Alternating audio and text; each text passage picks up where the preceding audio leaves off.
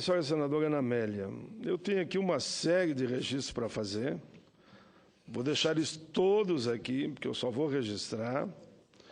E eu não tenho como não falar da triste e lamentável decisão tomada pela comissão, senhora presidenta, da medida provisória 680. Eu sou obrigado a dizer que, nesta comissão, senadora Thaídes, eles cometeram um crime de lesa pátria, cometeram um crime contra o povo brasileiro. Isso é lamentável. Mesmo quando Fernando Henrique Cardoso estabeleceu uma polêmica sobre o negociado e o legislado, ele, de forma altiva, remeteu um projeto ao Congresso Nacional para que a gente debatesse a matéria. Perdemos na Câmara por 2 votos. Me lembro da história, eu disse que estava rasgando a CLT e a Constituição, mas perdi por 2 votos. E o projeto veio para o Senado. Aqui no Senado, senadora Ana Amélia, com um movimento bem articulado, participou o ministro Jacques Wagner, hoje, na época, ministro do Trabalho, participou o presidente Lula, nós arquivamos o projeto. E o presidente assumiu essa posição com maior tranquilidade, o presidente Luiz Inácio Lula da Silva, mas a oposição respeitou a decisão do presidente eleito. Mas agora o que fizeram na medida provisória 680, isto sim é golpe. Eu não gosto da palavra golpe. Pode ver que eu nunca usei a palavra golpe. Mas isso sim é golpe.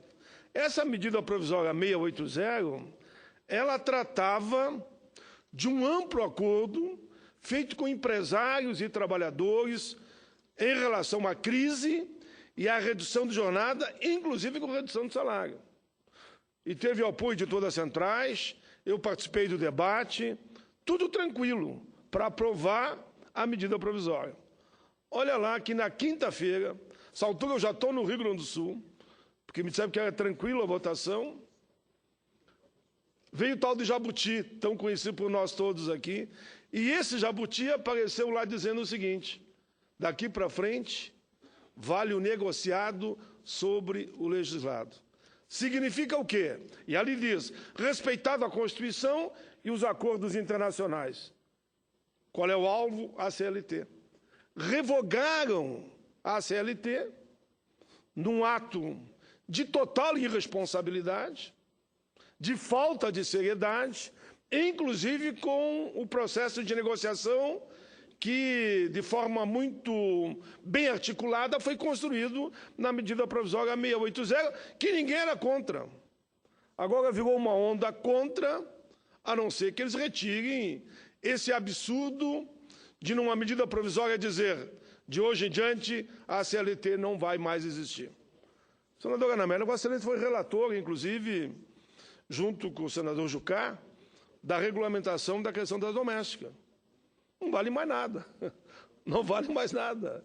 Tudo aquilo que vocês fizeram, eu sempre elogio muito a Benedita nessa questão, que trabalhamos durante anos e anos, mas vocês foram fundamental nesse momento da história, não vai valer mais nada. Daqui para frente vai valer o negociado entre as partes, e não aquilo que está na lei.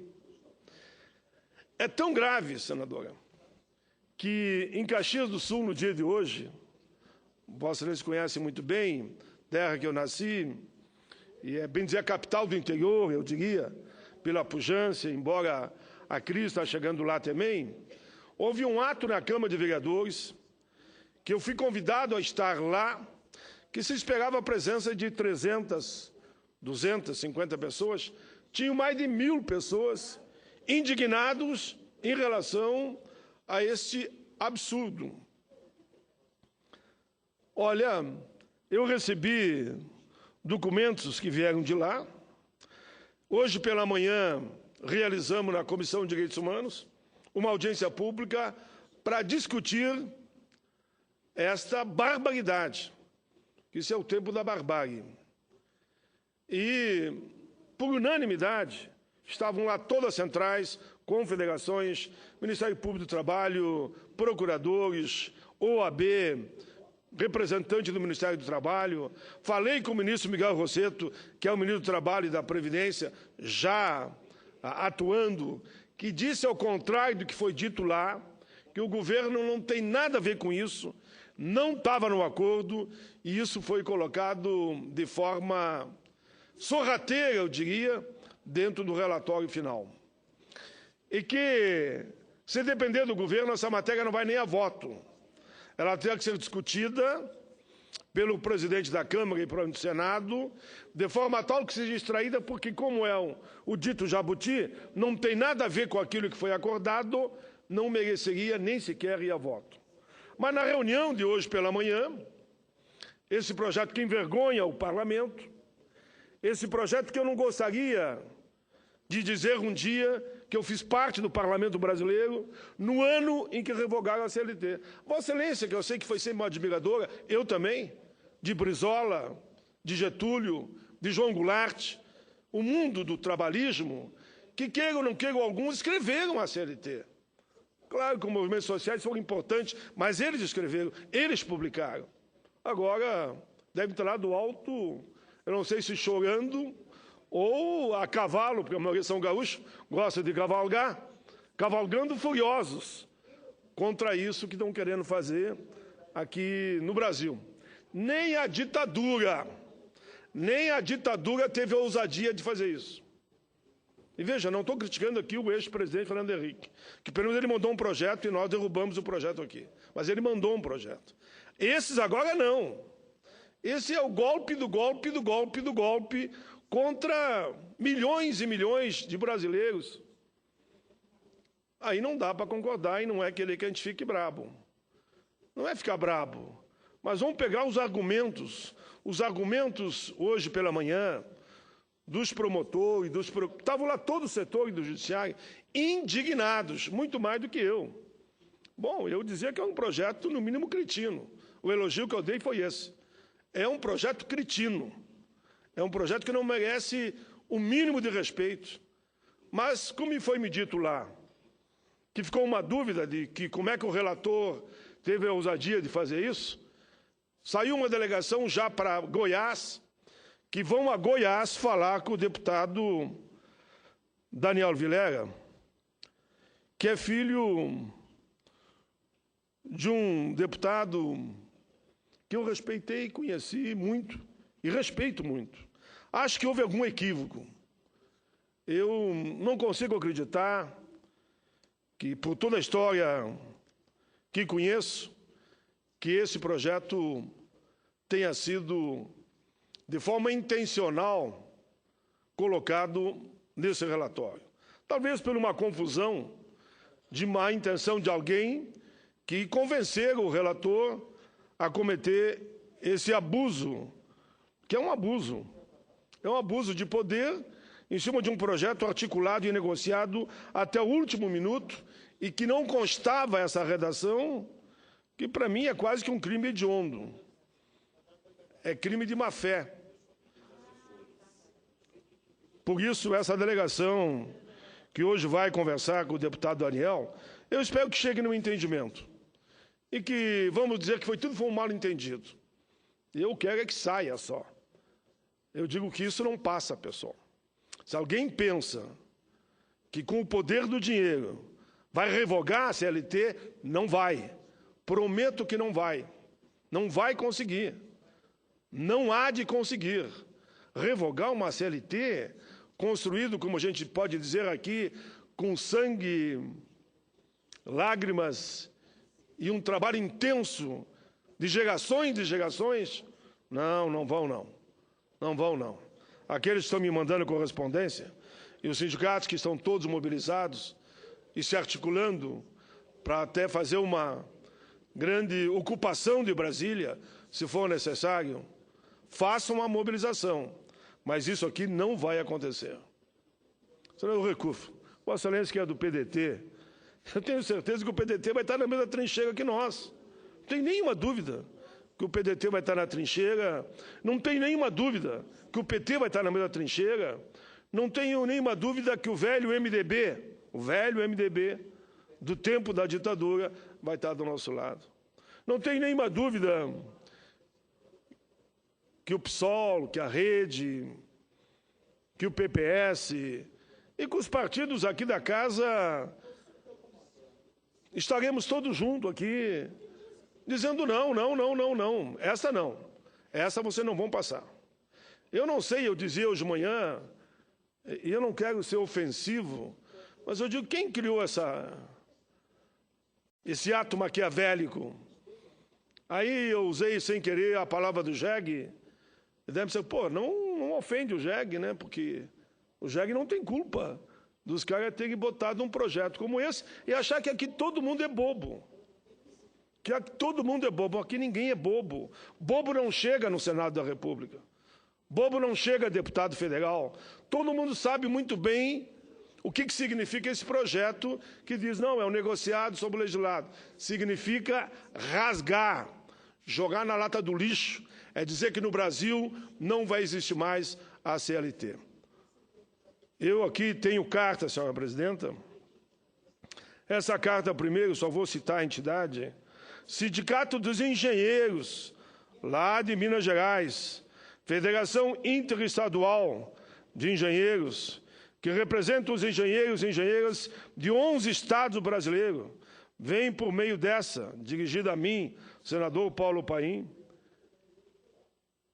solicitar a Vossa Excelência que fale com esse bendito relator para que ele revogue esse dispositivo que quer dizer que o negociado vai valer sobre o legislado.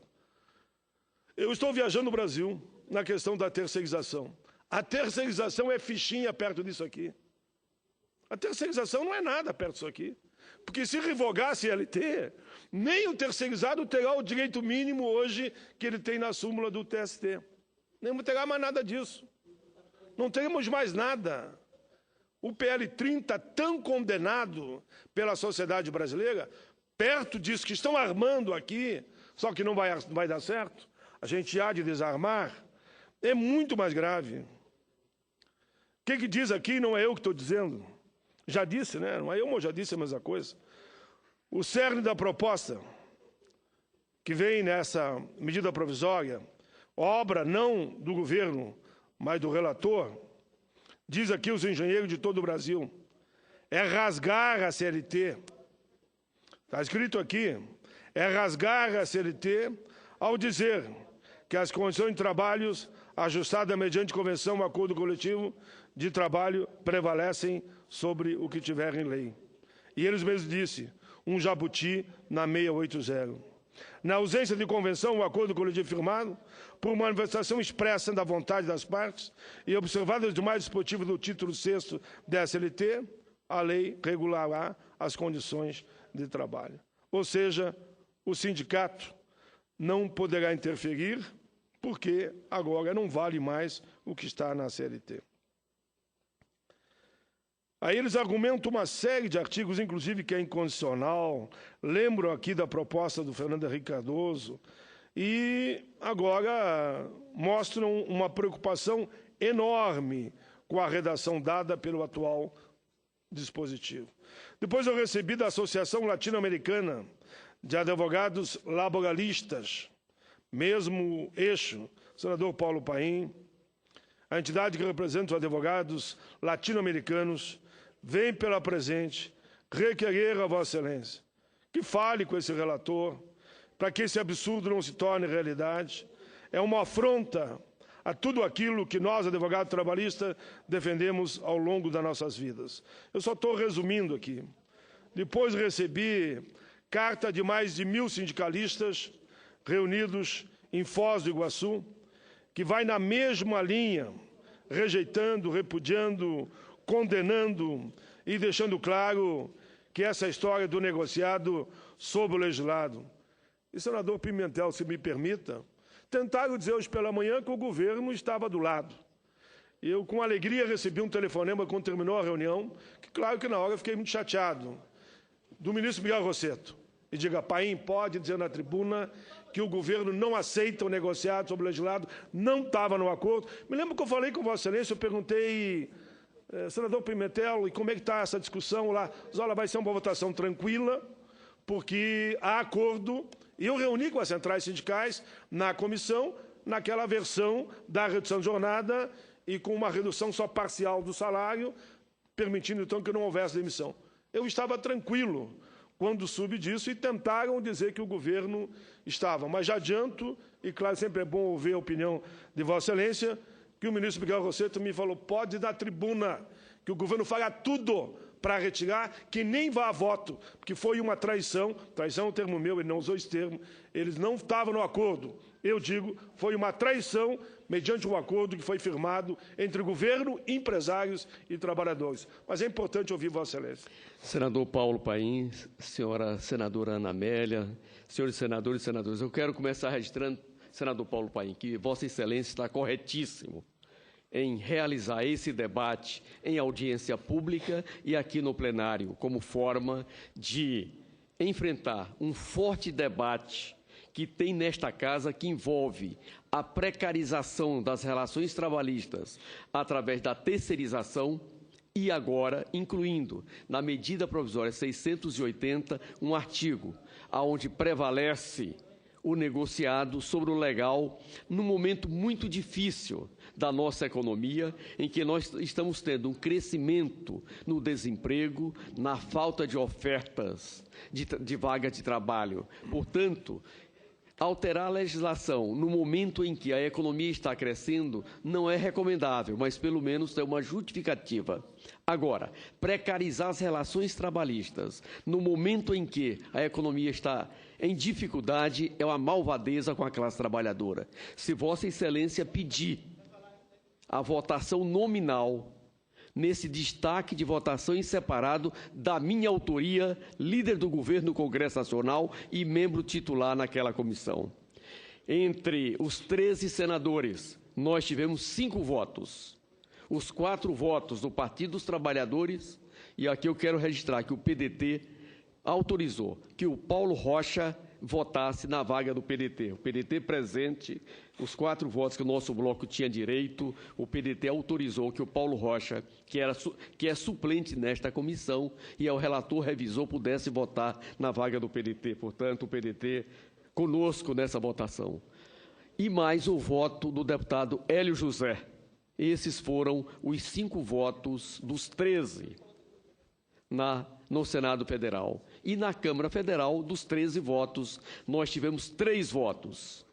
Os 2 votos do PT e mais o voto do PCdoB. O PDT não tem assento na Câmara pelo critério do rodízio. E o PSB chegou um pouquinho depois, que também votaria conosco. Portanto, na Câmara foram 9 votos a 3. E esta é a posição do governo na comissão pela derrubada, inclusive com destaque de votação em separado com voto nominal. Aqueles que tentam envolver o governo nessa matéria são conhecidos, são aqueles que querem desgastar o nosso projeto e são os mesmos que patrocinaram a terceirização. Portanto, na hora em que você analisa os votos na medida provisória 680, tem total identidade com os votos da terceirização na Câmara Federal. Muito obrigado, senhor presidente. Muito obrigado, senador Pimentel. Eu vou passar a palavra em seguida só para o senador. Só queria dizer o seguinte: calculem os senhores, esse voto vai ter que ser nominal, qual é o senador e senadora que vai poder comentar em casa, quando chegar em casa, para os filhos, para os netos, que ele foi o autor de revogar, de rasgar todos os direitos dos trabalhadores brasileiros.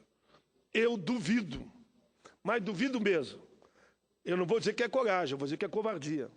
Tem que ser muito covarde para votar favorável aqui no plenário a uma posição dessa, revogando um direito dos mais pobres, que são os assalariados brasileiros. Eu não acredito que essa covardia irá acontecer. Disse hoje pela manhã e repito agora. Por favor, senador, uma parte de Vossa Excelência. Senadora Thaídes. Senador Paim, essa medida provisória 680 do Programa de Proteção ao Emprego. Eu sou titular nesta comissão e lá eu estive junto com o senador Pimentel. Lá nós tivemos uns embatezinhos, né, como é normal aqui no parlamento. Eu não tive a atenção necessária ao vosso pronunciamento, porque eu estava aqui cuidando de outras coisas, mas eu sei que a direção sempre que Vossa Excelência tem tomado aqui ao longo dos anos nessa casa é em proteção, em benefício, nas causas dos menos favorecidos. Eu sou testemunha disso, dos aposentados, dos trabalhadores, enfim. E nesse nosso embate lá na 680, chegamos inclusive a ter um contratempo, que isto até a certo ponto é normal, e suspendeu-se a sessão um dia. Porque eu particularmente não acredito neste programa de proteção ao emprego. Eu não acredito. Se ele fosse estendido literalmente a todos os trabalhadores, a todas as empresas no Brasil, quem sabe poderia até funcionar. Mas o FAT, o Fundo de Amparo ao Trabalhador, não tem dinheiro nenhum. O dinheiro que lá se encontrava foi todo emprestado ao BNDES com juros subsidiado, com taxa de equalização, menos 1%. O ano passado, 2014, o Tesouro teve que colocar 13,5 bilhões lá dentro. Esse é um fato. Outro fato é o trabalhador, então, reduzir a sua carga horária e automaticamente, então, reduzir o seu salário, que já mal está dando para ele suprir, ou melhor, a mantença da sua família. Aí, então, o governo, então, paga 15% desse prejuízo, que não pode ultrapassar R$ 900,84, né? De repente, o cidadão ganha 5 mil, ganha 10 mil, aí já há a primeira distorção.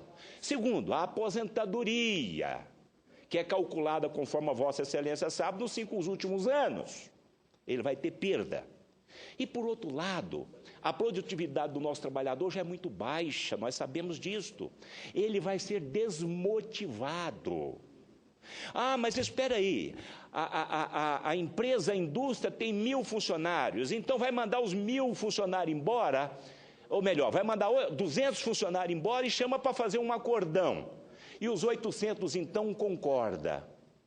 Lamentavelmente, discordando do meu querido e amigo senador Pimentel, eu queria estar enganado, errado, que esse programa vai dar certo no país e vai resolver o problema do desemprego, que hoje é mais de 29 milhões de brasileiros desempregados no Brasil.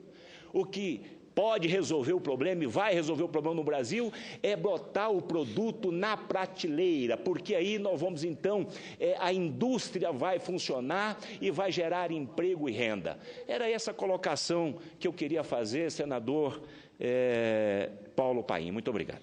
Olha, hoje pela manhã, senadora Thaís, diversas centrais falaram que essa construção desse projeto buscou respaldo em movimentos na Alemanha, na Itália e, se eu não me engano, e na Espanha. Por quê? Na verdade, se os trabalhadores forem demitidos, todos eles vão receber o seguro-desemprego.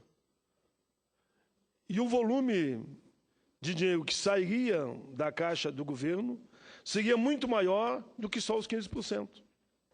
Eles continuam trabalhando, continuam pagando a Previdência, continuam pagando o fundo de garantia, aquele dinheiro que estão ganhando vai para a sua aposentadoria, claro, sem aqueles 15% que eles naturalmente não receberiam. Mas, pelo outro lado, eu me boto na situação, pegando o seu exemplo, 1.000 trabalhadores, 400 vão demitidos. Claro que cria-se uma solidariedade dentro da empresa para que não haja aquelas demissões. São 400 pais de família que passarão a não estar mais empregados. e ficarão somente a depender do seguro-desemprego numa época de crise. E a possibilidade de eles continuarem na empresa, embora com 15% a menos do correspondente às horas trabalhadas, não do total do salário, é 15% a menos das horas então trabalhadas, que no caso 44 para 40 horas semanais.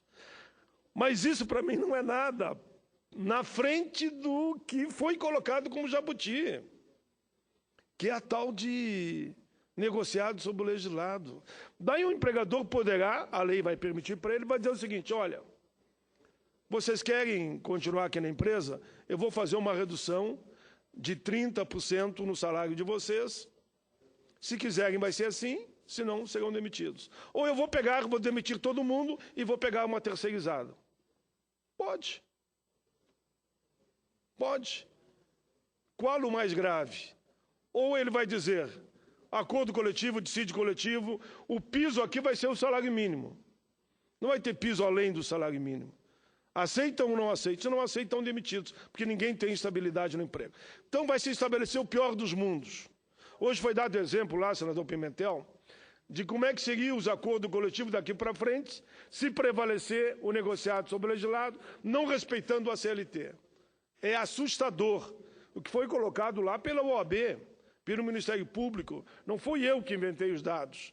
Por isso se criou um verdadeiro levante a nível nacional. Uma delegação vai a Goiás hoje falar com o relator, inclusive com o excelentíssimo senhor pai dele, que é meu amigo, eles que os receberá, que foi um grande deputado aqui, que foi o Maguito Vilera, senador, do qual eu tenho muito respeito, e também não tenho nada contra o filho, apenas acho que houve aí, alguém deu uma rasteira, eu diria, na política nele, que ele entrou nessa fria aí, de alguém que imaginou que o Congresso entraria nessa história. Não entrará, mas mesmo que passe, vocês acham que essa proposta, que o Lula derrubou aqui dentro, quando mandou arquivar, nós já estávamos aqui, tu acha que a presidenta Dilma não vai vetar? Claro que vai. Com certeza absoluta vai ser vetado. Tem nem que fosse aqui a vitória do Birro, que perde ali na esquina. Que perde ali na esquina. E os senadores e deputados, que lá na comissão, no embate e tal, é uma coisa. Aqui no plenário é outra coisa. Algum senador vai botar no seu currículo que ele foi o responsável para revogar a CLT no Brasil? Não vai. Não vai. Vai chegar em casa encabulado. Daqui para frente, não é mais os empresários que financiam campanha, como era até o momento.